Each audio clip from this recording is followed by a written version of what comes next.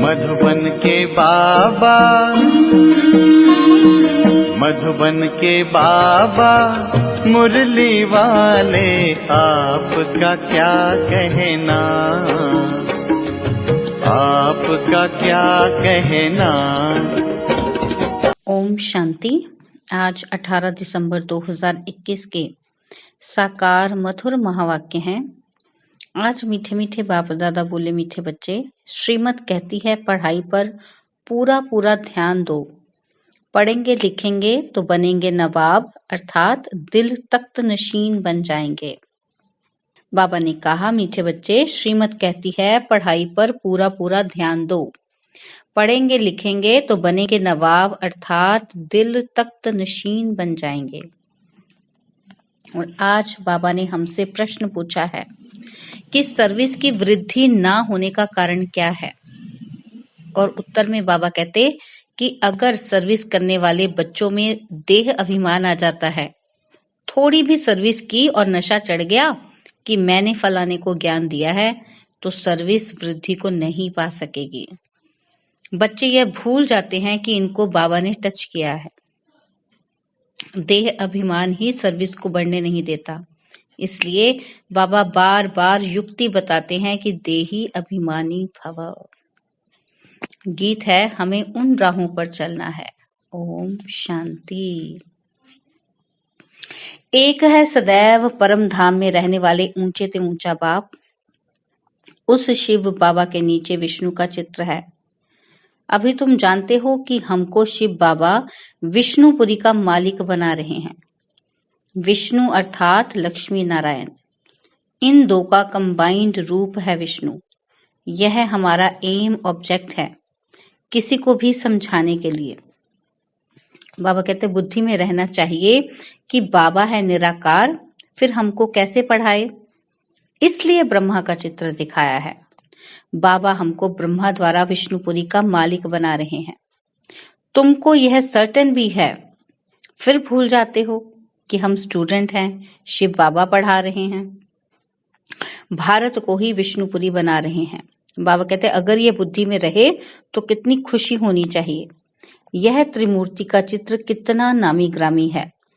त्रिमूर्ति में वो लोग ब्रह्मा विष्णु शंकर को दिखाते हैं, परंतु शिव को भूल गए हैं।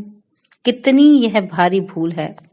अभी तुम बच्चे जानते हो, क्या जानते हैं हम, कि शिव बाबा हमको विष्णुपुरी का मालिक बना रहे हैं और आए हुए हैं। इनके बहुत जन्मों के अंत के जन्म के भी अंत में आकर प्रवेश करते हैं। बाबा आते ही भारत में हैं और भारत को ही विश्व का मालिक बनाते हैं। तुम बच्चों को यह निश्चय है कि हर 5000 वर्ष के बाद संगम युग में ही आते हैं। तुम बच्चे यहाँ आए हो रजाई लेने के लिए, अर्थात स्वर्ग का मालिक बनने के लिए। यह तो तुम बच्चों को मालूम है कि भारत में सिर्फ एक ही धर्म था। उस समय और कोई धर्म नहीं था, तो कितना नशा चढ़ना चाहिए और दैवी गुणों की धारणा भी करनी चाहिए। अगर बाप देखते हैं कि बच्चे दैवी गुण धारण नहीं करते हैं, तो कहेंगे ना कि यह कोई कमबख्त है। पढ़ते नहीं तो मानो अपने पैर पर कुल्हाड़ा मारते हैं। बाबा कितना सहज समझाते हैं। तुम जानते हो कि बाबा राजयोग सिखला रहे हैं, तो बच्चों को यहाँ ही दैवी गुण धारण करने हैं। सत्युग में चलकर तो नहीं करेंगे ना। जो धारणा करते हैं और कराते हैं, उनको खुशी भी बहुत रहती है। बाप है ही है ऊंच ते ऊंच, मूल वतन में रहने वाला। सूक्ष्म वतन वासियों को देवता कहा जाता है और यहाँ है मनुष्य। परमात्मा है सभी आत्माओं का बाप अथवा स्वर्ग का रचयिता। यह ज्ञान भी अभी तुमको मिलता है। तुम जानते हो कि हम भी पहले पत्थर बुद्धि थे। बाप द्वारा हम भी पावन बन रहे हैं। पहले पहले भारत में गॉड गॉडेज का राज्य था। उसको भगवती श्री लक्ष्मी भगवान श्री नारायण का राज्य कहा जाता है। अब वह कहाँ गए? उनको ऐसा किसने बनाया? यह ना कोई बता सकेंगे, ना ये बातें किसी को ख्याल में ही आएंगी। बाबा कहते तुम जानते हो इस साकार सृष्टि में ही उन्हों का राज्य था। अभी भी वह भिन्न नाम रूप से यहाँ हैं। यह सब बातें जानने से बच्चों को बहुत खुशी होनी चाहिए कि बाबा हमको पढ़ाकर ऐसा बना रहे हैं। नंबर 1 हीरो हीरोइन यह है। बाबा कहते सूक्ष्म वतन में भी तुम इन्हों को देखते हो, इन्हों को भी सर्टेन है कि यह बन रहे हैं। नॉलेजफुल श्री श्री इन्हों को पढ़ाकर ऐसा श्री लक्ष्मी नारायण बना रहे हैं। तुम इनके बच्चे भी गॉड गॉडेज बनेंगे। गॉड द्वारा तुम यह गॉड गॉडेज बन रहे हो, प्रजा भी बन रहे हो, परंतु उनको गॉड गॉडेज नहीं कह सकते, इसलिए उनको देवी देवता कहा जाता है। फिर भी मुख्य लक्ष्मी नारायण को गॉड गॉडेज कह देते हैं। इन्होंने सबसे ऊंच पुरुषार्थ कर ये पद पाया है। सभी को तो भगवान भगवती नहीं कहेंगे ना। नंबर 1 की ही महिमा गाई जाती है। सर्व गुण संपन्न और कोई धर्म वाले की यह महिमा नहीं है। कोई ऐसे भी नहीं कह सकते कि यह तो बना बनाया ड्रामा है। बाबा कहते पहले है ही दैवी घराना, फिर दूसरे धर्म वाले आते हैं। तुम बच्चों को भी पुरुषार्थ कराया जाता है। जिन्हों का पाठ है वही स्वर्ग में आएंगे, बाकी सब शांति धाम में चले जाएंगे। इसमें कोई का प्रश्न नहीं उठ सकता। हम मांगते भी हैं कि हमको शांति मिले, स्वर्ग को तो वह जानते ही नहीं, तो बाबा उन्हों की आश पूर्ण कर देते हैं और भारतवासी स्वर्ग को याद करते हैं। परंतु यह नहीं जानते कि स्वर्ग में लक्ष्मी नारायण का राज्य था। अब तुम्हारी बुद्धि में है कि हमको भगवान पढ़ा रहे हैं, भगवान भगवती बनाने के लिए। बाबा कहते फॉरेन वाले तो शांति धाम को स्वर्ग समझते हैं गॉड फादर वहां रहते हैं। बाबा कहते तुम जानते हो हेवन अलग है, शांति धाम अलग है। तुम ही हेवन में आते हो, पहले शांति धाम में जाना है। यह खेल, बाबा कहते पहले शांति धाम में जाना है, फिर सुख धाम और दुख धाम में, और फिर दोबारा शांति धाम में जाना है। यह खेल बना हुआ है। सब आत्माएं सतयुग में आए, ये हो नहीं सकता, पॉसिबल ही नहीं कि सब उसमें आ जाएं सतयुग में। बाबा कहते ये वैरायटी धर्मों वाला सृष्टि चक्र है। पहले सूर्यवंशी फिर दूसरे धर्म आते हैं। इस ड्रामा में फर्क नहीं पड़ सकता। वही हिस्ट्री ज्योग्राफी फिर रिपीट होती है, परंतु कैसे रिपीट होती है यह आकर जानना चाहिए। सतयुग में तुम्हारा राज्य था, अब फिर सतयुग में जाने के लिए तुम्हारा कल्प पहले वाला पुरुषार्थ चल रहा है। बाबा कहते तुम बच्चे हर एक धर्म के आदि मध्य अंत को जानते हो। क्रिश्चियन धर्म कब स्थापन होता है, कैसे होता है, ये कैसे वृद्धि को पाता है, यह झाड़ में साफ दिखाया हुआ है कि नए नए जो आते हैं उनकी कैसे टाल टालियां निकलती हैं। उनके कितने पत्ते होंगे, बहुत थोड़े। प्रजापिता ब्रह्मा को ग्रेट ग्रेट ग्रैंडफादर कहा जाता है। पहले है देवी देवता धर्म, फिर और बिरादरियां निकलती हैं। अब अंत में झाड़ जड़ जड़ी भूत अवस्था को पाता है। मनुष्यों को इस सृष्टि रूपी झाड़ का पता ही नहीं। बाबा कहते तुम जानते हो यह अनादि अविनाशी ड्रामा है, इसमें 1 सेकंड का भी फर्क नहीं पड़ सकता। इस झाड़ की आयु भी एक्यूरेट है। यह मनुष्य सृष्टि रूपी बेहद का नाटक है। यहाँ हम आते हैं पाठ बजाने। यह ज्ञान बाबा ही समझाते हैं। यह शास्त्र सब भक्ति मार्ग के हैं। आधा कल्प भक्ति मार्ग चलता है, उसमें 1 सेकंड भी फर्क नहीं पड़ सकता। इस ज्ञान की प्रालब्ध भी एक्यूरेट आधा कल्प चलती है। जिसने जो पाठ बजाया है वह बजाएंगे। अब तुम्हारी वृद्धि और बुद्धि, बाबा कहते अब तुम्हारी बुद्धि बेहद की हो गई है। औरों की बुद्धि को भी बेहद में लाना है, तब ही तुम बेहद विश्व के मालिक बनते हो। निराकारी दुनिया में है निराकार बाप और निराकारी आत्माएं सब बच्चे। सूक्ष्म वतन का पाठ तो बहुत थोड़े समय का है। अब इस साकारी दुनिया में सबसे नंबर 1 सुप्रीम कौन है? लक्ष्मी नारायण। बाबा कहते सुप्रीम बाप ही सुप्रीम धर्म की स्थापना करते हैं, और कोई भी धर्म को तुम सुप्रीम नहीं कह सकते हो। अभी तो सभी तमो प्रधान हैं। एक बाप ही है जो एवर प्योर है, एवर सुप्रीम है। बाकी सबको सतो रजो तमो में आना है। अब तो तमो प्रधान दुनिया का विनाश होना ही है। इन आंखों से जो कुछ देखते हो सब विनाश होने वाला है। जब नया मकान बनता है तो पुराना खत्म करना ही पड़ता है। तुम बच्चे नई दुनिया का साक्षात्कार भी करते हो। अब पुरानी से दिल हटानी है। गीत है ना, जाग सजनिया जाग। बाप तुमको अर्थ समझाते हैं कि बच्चे अब नई दुनिया स्थापन हो रही है। तो अब तुम्हारी बुद्धि में स्मृति आ गई कि हमारा इस ड्रामा में अविनाशी पार्ट है। हमको फिर भी आना है। आदि से अंत तक तुम्हारा ही पाठ है। आधा कल्प के बाद और टालियां भी निकलती ही रहती हैं। जब टालियां निकलना बंद हो जाएंगी तब समझना है कि वहां से आना बंद है। फिर यहाँ से जाना शुरू हो जाएगा। फिर यह सब इतनी आत्माएं कहाँ जाएंगी? बाबा कहते यह तुम बच्चे जानते हो कि सतयुग में बहुत थोड़े मनुष्य होंगे। एक बिरादरी की फिर कितनी वृद्धि होती है, कितना बड़ा झाड़ होता है। अभी सभी तमो प्रधान मनुष्यों का नाटक है अथवा कांटों का जंगल है। यह मनुष्य सृष्टि झाड़ एकदम विनाश नहीं हो जाता है। भल कितने भी तूफान आए परंतु एकदम विनाश नहीं होता, परिवर्तन जरूर होता है। बाबा कहते अब तुम बच्चों को कांटों से फूल बन रहे हो। यह बात भी जब धंधे धोरी में जाते हैं तो भूल जाते हैं।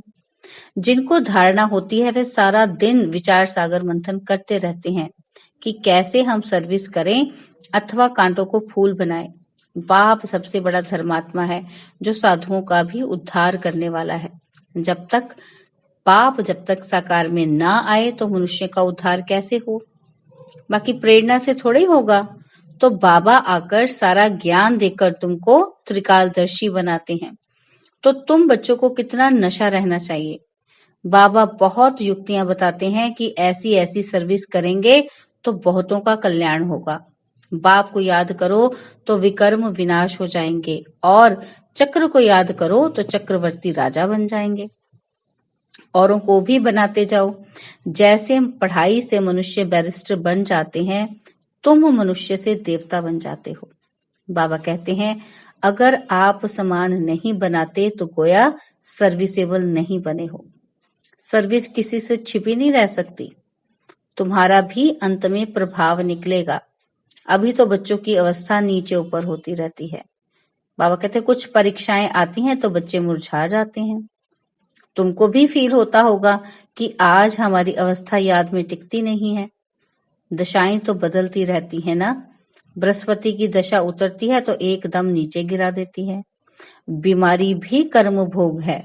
जो सर्विस नहीं कर सकते अब भूल तो अंत में ही बनेंगे, परंतु सदैव यह नशा रहना चाहिए। कौन सा नशा? कि हमको परमपिता परमात्मा पढ़ा रहे हैं, भगवान भगवती बनाने के लिए। बाबा कहते अभी अगर फेल हुए तो कल्पांतर तुम्हारा ऐसा पाठ हो जाएगा। बाबा भी साक्षी होकर देख रहे हैं और अपने को भी देखना है कि हम क्या सर्विस करते हैं। कभी कभी माया बच्चों को थप्पड़ लगा देती है। श्रीमत पर ना चलने के कारण माया मार मार कर मुर्दा बना देती है। सर्विस भी नहीं कर पाते हैं। नहीं तो देख भी रहे हैं कि माताएं कितनी सर्विस करती हैं। कोई कोई तो देह अभिमान में आकर कहते हैं कि हमने इनको ज्ञान दिया। बाबा कहते बच्चे ये भूल जाते हैं कि बाबा ने इनको टच किया है बच्चों का नाम बाला करने के लिए। देह अभिमान होने के कारण जो सर्विस होनी चाहिए वह नहीं हो पाती है और फिर कहते हैं कि बाबा भूल हो गई।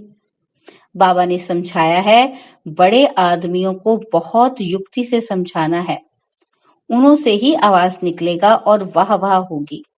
परंतु बच्चों को अर्जुन योग की पावर भरनी है, तब बाबा आकर पुरुषार्थ करवाते हैं। फिर भी तकदीर में नहीं है तो श्रीमत पर चलते ही नहीं। पढ़ेंगे लिखेंगे तो बनेंगे नवाब और बाबा के दिल पर चढ़ेंगे। देखो सब बच्चे बाबा को बुलाते हैं, क्यों? वह बाप भी बच्चों की दिल पर चढ़ा हुआ है। बाबा ने सर्विस कर बच्चों को कितना गुलगुल बना दिया है। सर्विस करना तो फर्ज है। मैगजीन में लिख सकते हो कि फलाना मरा, नथिंग न्यू। इस ड्रामा के राज को ब्राह्मण समझ सकते हैं। शूद्र तो कुछ भी नहीं समझ सकते, उनको तो संशय आता रहेगा। मैगजीन से भी तुम समझा सकते हो, वह लेंगे पढ़ेंगे, अगर नहीं समझ में आया तो फेंक देंगे। अगर किसी की तकदीर में नहीं है तो तदबीर क्या करेंगे? फिर जरा भी धारणा नहीं कर पाते हैं तो दिल भी नहीं होगी कि ऐसे को यह मंत्र देवें। इसको कहा जाता है महामंत्र मन मना भव। अच्छा, अगर खुद नहीं याद करते हो तो दूसरों का तो कल्याण करो। घर घर में यह पैगाम दो कि बाप कहते हैं मुझे याद करो। पतित पावन मैं ही हूँ, सर्विस के लिए माथा फिरना चाहिए। अच्छा, मीठे मीठे सिकिलदे बच्चों प्रति माता पिता बाप दादा का याद प्यार और गुड मॉर्निंग। रूहानी बाप की रूहानी बच्चों को नमस्ते। हम रूहानी बच्चों की रूहानी बाप दादाजी को दिल व जान सिकवा प्रेम से नमस्ते। ओम शांति। प्यारे बाबा, मीठे बाबा, मेरे बाबा, शुक्रिया बाबा, शुक्रिया बाबा, शुक्रिया बाबा। धारणा के लिए मुख्य सार है। पहला पॉइंट है, अपनी बुद्धि हद से निकाल बेहद में रखनी है, दूसरों को भी बेहद में लाना है, इस पुरानी दुनिया से दिल हटा लेना है। और सेकंड पॉइंट है, सदा खुशी में रहने के लिए धारणा करनी और करानी है। हमको भगवान पढ़ाते हैं यह नशा रखना है। और बाबा ने आज हमें वरदान दिया कि तपस्या द्वारा अपने विकर्मों व तमोगुण के संस्कारों को भस्म करने वाले तपस्वी मूर्त भव। तपस्या द्वारा अपने विकर्मों व तमोगुण के संस्कारों को भस्म करने वाले तपस्वी मूर्त भव। जैसे अभी ईश्वरीय पालना का कर्तव्य चल रहा है, ऐसे लास्ट में तपस्या द्वारा अपने विकर्मों को और हर आत्मा के तमोगुणी संस्कार व प्रकृति के तमोगुण को भस्म करने का कर्तव्य चलना है। इसके लिए सदा एक रस स्थिति के आसन पर स्थित हो अपने तपस्वी रूप को प्रत्यक्ष करो। आपकी हर कर्मेंद्रिय से देह अभिमान का त्याग और आत्म अभिमानी बनने की तपस्या प्रत्यक्ष रूप में दिखाई दे। स्लोगन है, संस्कारों की टक्कर से बचने के लिए बालक और मालिकपन का बैलेंस रखो। स्लोगन, संस्कारों की टक्कर से बचने के लिए बालक और मालिकपन का बैलेंस रखो। ओम शांति। और अब यह एक बहुत अच्छी वीडियो भी जरूर देखें।